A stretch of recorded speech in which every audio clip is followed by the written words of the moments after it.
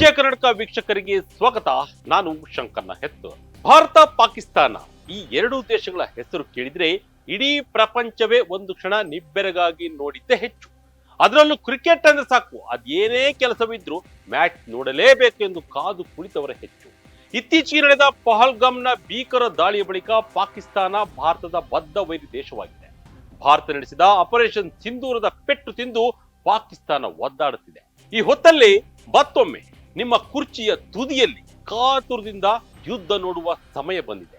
ಈ ಯುದ್ಧ ಭೂಮಿಯಲ್ಲ, ಬದಲಾಗಿ ಕ್ರಿಕೆಟ್ ಮೈದಾನ ಎಂಬ ರಣಯುದ್ಧ ಭೂಮಿಯಲ್ಲಿ ಪ್ರತಿಯೊಬ್ಬ ಭಾರತೀಯನಲ್ಲೂ ಕಿಚ್ಚಿದೆ. ಅದರಲ್ಲೂ ಭಾರತದ ಟೀಮ್ಗಂತೂ ಕಿಚ್ಚು 100 ಪಟ್ಟು ಹೆಚ್ಚಾಗಿದೆ.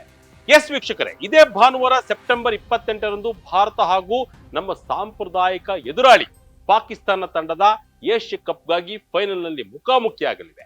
ಪಂದ್ಯ ವೀಕ್ಷಣೆಗೆ ಪ್ರಪಂಚದ ಎಲ್ಲಾ ಕ್ರೀಡಾಭಿಮಾನಿಗಳು ಕಾತುರದಿಂದ ಕಾಯ್ತಿದ್ದಾರೆ. 2025 ಏಷ್ಯಾ ಕಪ್ ಭಾರತ ಪಾಕ್ ಹಣಾಹಣಿ ಹಲವು ಚರ್ಚೆಗೆ ಕಾರಣವಾಗಿದ್ದ ಪಂದ್ಯ. ಕ್ರಿಕೆಟ್ ಅಂದ್ರೆ ಹಾಗೇನೆ, ಅಭಿಮಾನಿಗಳಿಗೆ ಒಂದು ಕಡೆ ಅಭಿಮಾನವಾದ್ರೆ ಮತ್ತೊಂದು ಕಡೆ ಕಿಚ್ಚು. ಅದರಲ್ಲೂ ಭಾರತ ಪಾಕಿಸ್ತಾನ ಮ್ಯಾಚ್ ಇದ್ರೆ ಮುಗಿದೇ ಹೋಯ್ತು. ಅಭಿಮಾನಿಗಳಿಗೆ ಇನ್ನಿಲ್ಲದ ಉತ್ಸಾಹ ಹೆಚ್ಚುತ್ತದೆ. ಅದರಲ್ಲೂ ಆಪರೇಷನ್ ಸಿಂಧೂರದ ಬಳಿಕ ಪಾಕಿಸ್ತಾನದ ಮೇಲೆ ಕ್ರಿಕೆಟರಿಗೆ ಮಾತ್ರವಲ್ಲ, ಪ್ರತಿಯೊಬ್ಬ ಭಾರತೀಯನಲ್ಲೂ ಅಸಹಾಯಕತೆ ಭಾವನೆ ಇದೆ. ಅದಕ್ಕೆ ಸಾಕ್ಷಿ ಎಂಬಂತೆ ಮೊದಲ ಪಂದ್ಯದ ವೇಳೆ ಟಾಸ್ ವೇಳೆ ನಡೆದ ಪ್ರಸಂಗ ಟೀಂ ಇಂಡಿಯಾದ ನಾಯಕ ಸೂರ್ಯಕುಮಾರ್ ಯಾದವ್ ಕೈಕುಲುಕದೆ ಹೊರಬಂದದ್ದು ಪ್ರಪಂಚದಾದ್ಯಂತ ಚರ್ಚೆಯಾಗಿತ್ತು. ಮುಖಾಮುಖಿಯಾದಾಗ ಪ್ರತಿ ಪಂದ್ಯದಲ್ಲೂ ಅದೇ ಮುಂದುವರೆದಿದೆ. ಈ ವಿಚಾರಕ್ಕೆ ದಂಡವನ್ನು ಕಟ್ಟಿದ್ದಾರೆ ಸೂರ್ಯಕುಮಾರ್. ಫೈನಲ್ ಪಂದ್ಯದ ವೇಳೆ ಮತ್ತೆ ಅದೇ ರೀತಿಯಲ್ಲಿ ಮರುಕಳಿಸುತ್ತಾ ಅನ್ನೋದನ್ನ ಟಾಸ್ ಆಗುವ ವೇಳೆವರೆಗೂ ಕಾದು ನೋಡಬೇಕಿದೆ. 41 ವರ್ಷಗಳು, 17 ಏಷ್ಯಾ ಕಪ್ ಭಾರತ ಗೆದ್ದಿದ್ದೆಷ್ಟು?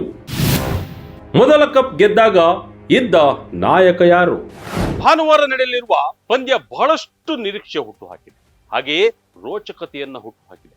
1984ರಲ್ಲಿ ಆರಂಭವಾದ ಏಷ್ಯಾ ಕಪ್ ಒಟ್ಟು 16 ಆವೃತ್ತಿಗಳನ್ನು ಮುಗಿಸಿ 17ನೇ ಆವೃತ್ತಿಯು ನಡೆಯುತ್ತಿದೆ.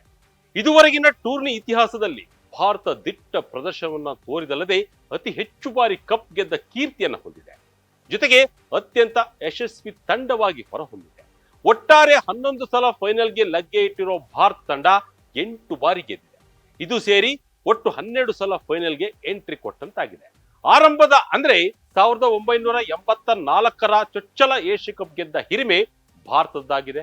ಈ ಕಪ್ ಅನ್ನ ಹಿರಿಯ ಆಟಗಾರ ಸುನಿಲ್ ಗವಾಸ್ಕರ್ ಎತ್ತಿ ಹಿಡಿದಿದ್ದು ಆ ಕ್ಷಣವನ್ನ ಎಂದಿಗೂ ಮರೆಯಲು ಸಾಧ್ಯವಿಲ್ಲ.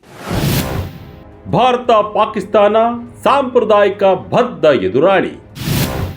ಮೊದಲ ಬಾರಿಗೆ ಭಾರತ ಪಾಕ್ ಮುಖಾಮುಖಿ. ಕಾಕತಾಳೀಯ ಎಂಬಂತೆ ಭಾರತದ ಸಾಂಪ್ರದಾಯಿಕ ಬದ್ಧ ವೈರಿ ಪಾಕಿಸ್ತಾನ ಎದುರಾಳಿಯಾಗಿದೆ. ಭಾನುವಾರ ನಡೆಯಲಿರುವ ಪಂದ್ಯದಲ್ಲಿ ಎರಡೂ ತಂಡಗಳು ಬಲಿಷ್ಠವಾಗಿವೆ ಎಂಬುದನ್ನ ಹಿಂದಿನ ಪಂದ್ಯಗಳಲ್ಲಿ ತೋರಿಸಿಕೊಟ್ಟಿವೆ. ಆದರೆ ಪಾಕಿಸ್ತಾನವನ್ನ ಎದುರಿಸಲು ಭಾರತ ತಂಡ ಸಕಲ ಸಿದ್ಧತೆಯನ್ನ ಮಾಡಿಕೊಟ್ಟಿದೆ. ಪಾಕಿಸ್ತಾನವನ್ನ ಕಟ್ಟಿ ಹಾಕಲು ಟೀಂ ಇಂಡಿಯಾ ತಂತ್ರಗಳನ್ನ ರೆಡಿ ಮಾಡಿಕೊಂಡಿದೆ. ಸ್ವಾರಸ್ಯವೆಂದರೆ ಏಷ್ಯಾ ಕಪ್ ಚರಿತ್ರೆಯಲ್ಲಿ ಭಾರತ ಪಾಕಿಸ್ತಾನ ಒಮ್ಮೆಯೂ ಮುಖಾಮುಖಿಯಾಗಿರಲಿಲ್ಲ. 41 ವರ್ಷಗಳ ಬಳಿಕ ಫೈನಲ್ನಲ್ಲಿ ಸೆಣಸಾಟ ನಡೆಸಲಿವೆ. ಇದಕ್ಕೆ ಯುದ್ಧ ಭೂಮಿಯು ರೆಡಿಯಾಗಿದೆ. ಈ ಬಾರಿಯ ಆವೃತ್ತಿಯಲ್ಲಿ ಭಾರತ ಪಾಕಿಸ್ತಾನ 2 ಬಾರಿ ಮುಖಾಮುಖಿಯಾಗಿದ್ದವು. ಎರಡೂ ಪಂದ್ಯಗಳಲ್ಲೂ ಸೋಲನ್ನ ಅನುಭವಿಸಿರುವ ಪಾಕಿಸ್ತಾನ ಸೇಡನ್ನ ತೀರಿಸಿಕೊಳ್ಳಲು ಕಾತುರದಿಂದ ಕಾದಿದೆ. ಟೀಂ ಇಂಡಿಯಾ ಬಲಿಷ್ಠ ತಂಡ. ಬೂಮ್ರಾ, ಸೂರ್ಯಕುಮಾರ್ ಅಬ್ಬರ. ಪಾಕಿಸ್ತಾನ ತಂಡಕ್ಕೆ ಹೋಲಿಸಿದರೆ ಭಾರತ ತಂಡ ಬಹಳಷ್ಟು ಬಲಿಷ್ಠ ತಂಡವಾಗಿದೆ. ಶುಕ್ರವಾರ ನಡೆದ ಪಂದ್ಯದಲ್ಲಿ ಟೈ ಆಗಿತ್ತು. ಸೂಪರ್ ಓವರ್ಗಳ ಆಡಿದ್ದ ಭಾರತ ಗೆದ್ದು ಫೈನಲ್ ಪ್ರವೇಶ ಮಾಡಿದೆ. ಬ್ಯಾಟಿಂಗ್ ಹಾಗೂ ಬೌಲಿಂಗ್ ನಲ್ಲಿ ಭಾರತವೇ ಸಮರ್ಥವಾಗಿದೆ. ಬ್ಯಾಟಿಂಗ್ ನಲ್ಲಿ ಶುಭ್ಮನ್ ಗಿಲ್, ಅಭಿಷೇಕ್ ಶರ್ಮಾ, ಸೂರ್ಯಕುಮಾರ್ ಯಾದವ್, ಸಂಜು ಸ್ಯಾಮ್ಸನ್, ತಿಲಕ್ ವರ್ಮರವರ ಬಲವಾಗಿದ್ದರೆ ಬೌಲಿಂಗ್ ನಲ್ಲಿ ಬೂಮ್ರಾ, ಕುಲ್ದೀಪ್ ಯಾದವ್, ಅಕ್ಷರ್ ಪಟೇಲ್ ಮಾರಕ ದಾಳಿ ನಡೆಸಿ ಪಾಕಿಸ್ತಾನವನ್ನ ಕಟ್ಟು ಹಾಕುವಲ್ಲಿ ಸಮರ್ಥರಿದ್ದಾರೆ. ವಿವಿಧ ಮಾದರಿಯ ಏಷ್ಯಾ ಕಪ್ ನಲ್ಲಿ ಭಾರತ ಪಾಕಿಸ್ತಾನ ಒಟ್ಟು 21 ಬಾರಿ ಮುಖಾಮುಖಿಯಾಗಿವೆ. ಈ ಪೈಕಿ ಭಾರತ 12 ಬಾರಿ ಗೆದ್ದಿದ್ದರೆ ಪಾಕಿಸ್ತಾನ 6 ಬಾರಿ ಗೆದ್ದಿದೆ. 3 ಪಂದ್ಯಗಳ ಫಲಿತಾಂಶ ಬಂದಿಲ್ಲ. ಮೊದಲ ಬಾರಿಗೆ ಪಾಕಿಸ್ತಾನ 1995ರಲ್ಲಿ ಭಾರತ ವಿರುದ್ಧ ಗೆದ್ದು ಖಾತೆಯನ್ನು ತೆರೆದಿತ್ತು. ಇದಕ್ಕೂ ಮುನ್ನ ಆಡಿದ್ದ 2 ಆವೃತ್ತಿಗಳಲ್ಲಿ ಪಾಕಿಸ್ತಾನ ಸೋಲು ಕಂಡಿತ್ತು. ಪಹಲ್ಗಾಮ್ ದಾಳಿಯ ಬಳಿಕ ಮುಖಾಮುಖಿ. ರೋಚಕತೆ ಪಡೆದುಕೊಂಡ ಏಷ್ಯಾ ಕಪ್ ಫೈನಲ್. ಜಮ್ಮು ಕಾಶ್ಮೀರದ ಪಹಲ್ಗಾಮ್ನಲ್ಲಿ ನಡೆದ ಭೀಕರ ಉಗ್ರರ ದಾಳಿಯ ಬಳಿಕ ಭಾರತ ಪಾಕಿಸ್ತಾನ ಕ್ರಿಕೆಟ್ನಲ್ಲಿ ಮುಖಾಮುಖಿಯಾಗಿವೆ. ಕೆಲವರು ಪಂದ್ಯವನ್ನ ಆಡಲೇಬಾರದೆಂದು ವಿರೋಧ ವ್ಯಕ್ತಪಡಿಸಿದ್ರು.